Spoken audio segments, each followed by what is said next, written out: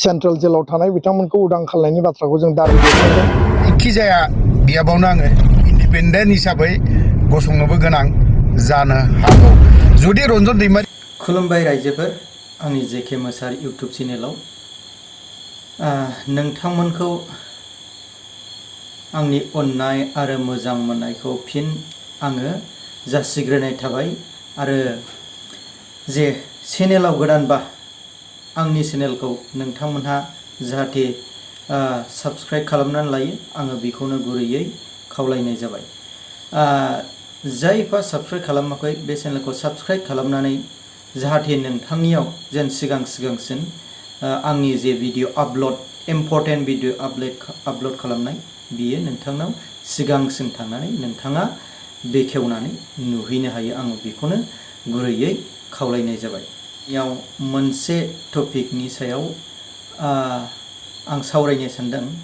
जेन बाथ्राया मोननैसो जानो हागौ। जोंना नै दा इउटुबावबो नोंथांमोनहा नुबाय थायो। आङो बे मेन भिडिअ थांनायनि सिगां आं नोंथांमोननो जे भिडिअखौ आङो नोंथांमोननो स्रायै आङो फोरमायना होनो सानदों। दे जुदि नै दा जोंना बाइ इलेक्सन बेनि सिगां जुदि रन्जन दैमारि सारखौ जुदि बख'वाब्ला बा बेनि उनाव बिदा अफ्रि दैमारियाबो जिखुनु जायगायावनो निर्दलि हिसाबै बियो इलेक्सन गेलेगोन होननानै बियो मोनसे गावनि चेनेलनि अफ्रि दैमारि चेनेलनि गेजेरजों डिक्लेयार खालामदों। अब्ला जोङो बेनि बुंनाय बाथ्राखौ जोङो एसे खोनासंनानै लानि। अब्ला जुदि रन्जन दैमारि सारा इलेक्शननि सिगां ओंखारा अब्लाना जायखिजाया बियाबावनो आङो इन्डिपेन्डेन्ट हिसाबै गसंनोबो गोनां जानो हागौ। जुदि रन्जन दैमारि सारा इलेक्शननि सिगां गयो अब्लानिया आं गेलेला, आरो इलेक्शननि सिगां गवा अब्लानि समाव अफ्रियाबो जिखुनु जायगायावनो केन्डिडेट महरै गसंनोबो हागौ निर्दलिया हिसाबै। थ' बाथ्राया जाहैबाय मा, दिनै मोननै रायजोफोर नोंथांमोनहा अफ्रि दैमारिनि जेन बुंनाय बाथ्रा बेखौ खोनाबाय जानांगौ। जेन गसंनो हागौ, जेन बिथांमोना जेन हारिनि थैहाब थांहाब उखैहाब जेन हारिनि हिसाबै नांबोनायनि गेजेरजों नै दा रन्जन दैमारि सारनि सायाव गयैनि खोथाखौ बिथाङा फोरमायदों। जेन बिसिनि थाखाय जेन गोबां एक्स एनडिपिफ्रा दाबो सुक्ति जादोंब्लाबो गवाखै, जेन बेनि खोथा बुंनानै बिथाङा बेनि दारै गसंगोन जानो हागौ। अब्ला फैदो जोङो दानिया मानाव गेदेर बर' फरायसा आफादनि मानगोनां दिपेन बर' सारा मा बुंदों बेनि खोथाखौ जोङो खोनासंनानै लानि। आरो जोंना आसाम आरो सेन्ट्रेलजों जेन' मा रायलायदों एक्स एनडिपिनि सायाव, माखासे जोंना सनितपुर याव जेनेबा बिटिआरआव हाबगोन हाबा, बा माखासे 19टा गामिया हाबनायनि खोथा जेन ओंखारदों। अब्ला जोङो मानाव गेदेर दिपेन बर' सारनि खोथानिफ्राय जोङो दसे खोनासंनानै लादिनि। रायजोफोर नोंथांमोनहा चेनेलखौ नायजोबालासिनो भिडिअखौ स्किप दा खालाम, आङो बेखौनो गुरै खावलायनाय जाबाय। अब्ला जोङो भिडिअखौ नायनानै लाग्रोदिनि। डिसकासननि गेजेरजों जि 41 आरो 19 60 गामि मैया फाइनाल अर्डार WBD डिपार्टमेन्ट आरो दाख्लैबावै GAD डिपार्टमेन्टनिफ्राय ओंखारबाय राज्यपालनि नटिफिकेसना, बे 60 कमप्लिट जाबाय। एनादार जोंनियाव 628 गामि दंबावो। 305 माने FRC भिलेज आरो माखासे रेभिनिउ भिलेज आरो माखासे जोंहा माने फरेस्ट भिलेज, लोगोसे बिटिआरनि खोलाहा दरं, कामरुप, नलबारि, बरपेटा, बङाइगाव, धुबुरी बे खोलाहा 94 डिसपुटेड 2003नि BLT एकर्डनि समाव जे 95 डिसपुटेड दङमोन, बिनिनो 94 जोङो सेलेक्ट खालामदों मोनसे गामियाव अलरेडि हाबखाबाय दा बेखिनि टटेल 628 खौ जोङो जमा होनानै एनादार जि माने इनक्लुजननि जि खामानि बेखौ स्पिड आप खालामनांगौ होननानै जों खावलायदों बिथाङा मोननैसो टेकनिकेल उसुबिदानि बाथ्रा बुंदों टेकनिकेल माने मेटारनि बाथ्रा बुंदों उसुबिदानि नङा आरो बे टेकनिकेल मेटारखौ रिजल्भ खालामनायनि गेजेरजों पलिटिकेल लेभेलाव मानगोनां जयन्त मल्ल बरुवा आरो पीयुष हाजरिका बे सानैनो दायित्वखौ न्यस्त खालामदों बिनि गेजेरजों गामि सोनायनि प्रक्रियाखौ कन्टिनिउ खालाम होननानै बुंदों आरो जों कुनु कारनाव जोङो माने लेहेम जानायखौ जोङो माने कुनु कारनाव लुबैया बे स्पिड आप जानांगौ बेजों लोगोसे जोंहा साथिखान समस्ति बारायनांगौनि बेलायाव WBD डिपार्टमेन्ट हम डिपार्टमेन्ट गभर्नमेन्ट अफ इन्डियानो बिथांमोना लिरहरबाय आरो बे साथिखान माने एक्सपानसन अफ माने सीट एन्ड डिलिमिटेशन अफ माने बिटिआर बेखौ खालामनायनि उनाव आल्टिमेटलि बिटिआर काउन्सिला मोनसे मर्यादा मोनगोन दा बेजों लोगोसे माखासे बेयाव दफा दंबावोमोन कार्बि आंलंनि इस्यु बेखौ रिजल्भ खालामनायनि फाइनाल स्टेजाव दङ होननानै बिथाङा बुंदों हम मिनिस्टार अमित शाह बिथांजों रायज्लायदों कार्बि काउन्सिलनि चिफ तुलिराम रंहां बिथांजों रायज्लायदों माखासे कार्बि लिडार सिनियर लिडारफोरजों बिथाङा सावरायदों होननानै जोंनो फोरमायदों 5.3 जोंहा फरेस्ट राइट एक्टनि गेजेरजों सनितपुर बिश्वनाथ हजाय कार्बि आंलं आरो गवालपारानि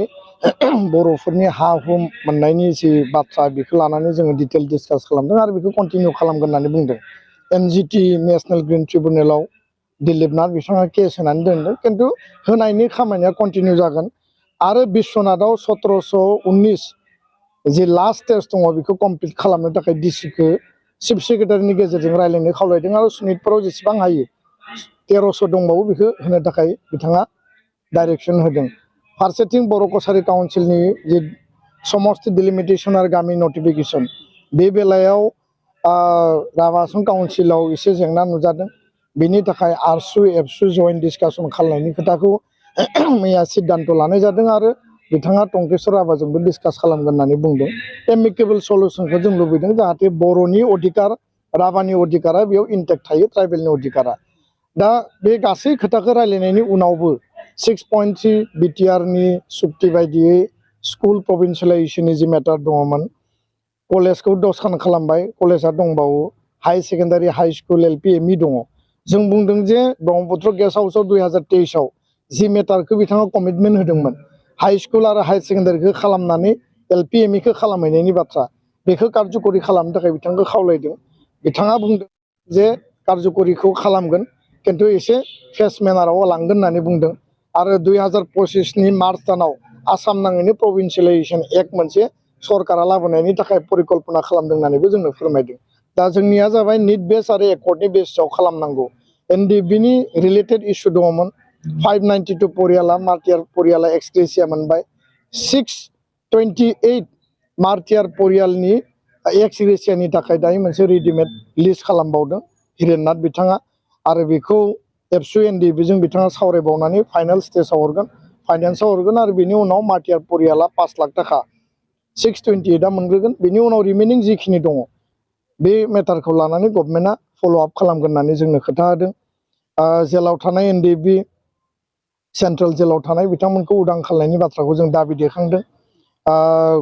NIAनि 60 जन बिथांमोननि केसखौ दिल्लीनिफ्राय स्टेटआव लाबोनायनि खोथाखौ जों दाबि दैखांदों गिबि मन्थ्रिया खोब बिनि सायाव गुरुत्व होनानै जुडिशियेल मेटारब्लाबो गभर्नमेन्टआ माबायदि सल्युसन लाबोनो हायो बिनि थाखाय हम डिपार्टमेन्टजों रायज्लायनानै NIAजों रायज्लायनानै बिनि समाधाननि लामा दिहुनगोन होननानै बिथाङा फोरमायबाय भुटाननिफ्राय सा 6 रिसेन्टलि गबाय आरो बे बेलायाव भारत सरकार आसाम सरकार गिबि मन्थ्रि नखर मन्थ्रि प्रधान मन्थ्रिखौ जों धन्यबाद होनांगोन BTR चिफ प्रमद बर' बिथाङाबो बिनि सायाव खामानि मावदों खिन्थु नेपालाव सासे दंबावो मैयानि रायलायनायाव नेपालनि मेटारखौबो जिहेतु बिनि जि माने जि भार्डिक होदोंमोन बिनि सायाव माने जि मोनसे टाइम लाइन बियो अलरेडि जोबखासिगोन दा बे जोबखांनायनि उनावनो गाव माने गनायनि लामाया क्लियार जाखाबाय दा बेखौ थेवबो गभर्नमेन्टआ टेकआप खालामगोन बेखौ बुंदों नागालेण्डआव, अरुणाचलाव, मेघालयआव, वेस्ट बेंगलाव जेसेबां केस दङ सामन वारेन्ट जिखिनि फैनाय बे मेटारखौ लानानै मैया चिफ सेक्रेटारिखौ डाइरेक्सन होदों जे बेयाव थानाय केसफोरखौ माबायदि उइथड्र खालामनो हायो बा माबायदि सलुसन खालामनो हायो बिनि थाखाय खामानि मावनायनि बाथ्राखौ मैया स्पष्टयै रायलायदों।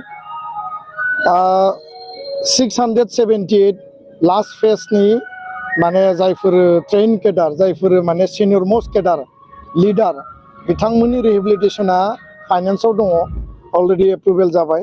डिसेम्बरनि सिगां बिथांमोना 4 लाख थाखाखौ मोनगोन होननानै मैया CMआ क्लियारलि जोंनो बुंबाय। आद्रा थानाय जिखिनि जेंना जेंसि दङ बे जेंना जेंसिखौ समाधाननि थाखाय गिबि मन्थ्रिया गावनो दायित्व लादों आरो गोख्रैनो रायलायफिनगोन होननानै खोथा होदों। मैयानि रायलायनाया माने जथेस्थ गुरुत्वपूर्ण आरो जथेस्थ फ्रुइटफुल होननानै जोङो बुंनो हायो। माखासे टेक्निकेल मेटार दङ बे मेटारफोरखौ पलिटिकेल लेभेलाव रिजल्भ खालामनांगोन आरो गावबो बेखौ खोथाखौ स्पष्ट बुंदों। दा रन्जन दैमारि आरो जर्ज बर' अजय बसुमतारी खरगेश्वर बसुमतारी बिथांमोनखौ बख'नांगौनि बेलायाव एबसुनिफ्राय सा 6 रन्जन दैमारि मानगोनां बिथांजों लोगोसे स्पेसियेलि जोङो लिस्ट साबमिट खालामदों जेराव 15 बोसोर 13 बोसोर 14 बोसोर बिथांमोना अलरेडि जेलाव दङ लाइफ इमप्रिजनमेन्ट होदों। NIA कर्टआव गोदान ट्रायल जाबाय थानायखौ बन्द खालामनो थाखाय जोङो होदों। दा बेखायनो गिबि मन्थ्रिया एबसुजों सावरायखांनायनि उनाव NDB बिथांमोनखौबो लेंहरदों बिथांमोनजोंबो सावरायदों आरो बे रायलायनायाव गिबि मन्थ्रिया जोंखौबो थानो होदों। एखेलोगो जोङो जयेन्टलि जिहेतु एकर्ड मेटार जोङो जयेन्टलि गिबि मन्थ्रिखौ प्रेसार खालामदों। मिजिंथियो जे एकर्डनि मोनफ्रोमबो दफाया फैबाय थानाय डिसेम्बर दाननि गेजेराव प्राय जोङो फोजोबहैनो थाखाय जोङो नाजादों आरो डेभेलपमेन्टेल पेकेज इन्स्टिटिउसनेल जिखिनि मेटार government to government BTR council Assam सरकार आरो भारत सरकार बे एप्रुभेल होनांगौ DPR बानायनांगौ कनसालटेन्सि खालामनांगौ डनार मिनिस्ट्रिनो हरनांगौ मिनिस्ट्रि अफ इडुकेसननो हरनांगौ स्टेट गभर्नमेन्टनो हरनांगौ बे खामानिया गभर्नमेन्ट टु गभर्नमेन्ट सोलिगासिनो आरो बे गभर्नमेन्टनि पार्ट। दा बेखायनो जों सानो जे एकर्डनि जिखिनि मेटारफोर दङ जोंनि काउन्सिलखौ मोर अट'नमि मोर पावार एन्ड फांसन मोर क्षमता गोनां खालामनांगौनि थाखाय नै विन्टार सेसननि जि पार्लियामेन्ट बे पार्लियामेन्टआव 125th एमेन्डमेन्ट कन्स्टिटिउसन जि एमेन्डमेन्ट आर्टिकल 280 फाइनेन्स कमिसन दानाय आदार रिलेटेड मेटार बेखौ पास खालामनाया जोंनि मेन थांखि आरो बे पास जायोबा BTR काउन्सिला पुर्नांग पर्यायनि मर्यादाखौ मोनगोन बेखौ लानानै जों खामानि हमनो हायो जि जोंना मानबी देपेन बर' सारा हारिनि थाखाय गोबां गांथाब उखैदाब जेन खामानिखौ मावगासिनो दङ। अब्ला जोङो खुलुमनाय जासिनांगोन जेन हारिनि थाखाय मावनानै ज' जानाय हारिनि थाखाय कन्ट्रिबिउसन खालामनाय हारिनि थाखाय स्ट्रागल खालामनाय NDB माखासे गोबां जेलाव थानायफोर जेसेबांनाखि जेलाव थानायफोर बै समाव हाग्रामा महिलारि BTC सुक्ति खालामदोंमोन। BTC सुक्ति खालामनायाव BTC सुक्तियाव जेसेबांनाखि गिदिर NIA नांनाय बिसोरनो गासैबो गजोबदोंब्ला अब्ला गासैबो बुहुमाव बेबायदिनो एकर्ड खालामनाय मानसिफ्रा रावबो ओरैनो थाया। बेखायनो जोंनि जे BTR सुक्ति खालामनाय बे BTR सुक्ति खालामनाया BTC निफ्राय जेन साबसिन जायो पावार एन्ड फांसन गासैखौबो मोनो। जोंनियाबो दा बेबायदि मावनांगौ आरो बर' हारिया ज' खौसे जानानै 60टा समस्तिखौ मोनफुंनो थाखाय जों बर' हारिया जयैनो आखाइ हमनानै जोङो आवगायनांगौ बेखौनो आङो खावलायनानै बे आंनि चेनेलखौ नोंथांमोना गासैबो नायजोब आरो चेनेलखौ नायनानै बे भिडिअखौ जुदि मोजां मोनदोंब्ला नोंथांमोनहा कमेन्टनि गेजेरजों फोरमायहरबानो जाबाय। जय बर' हारि।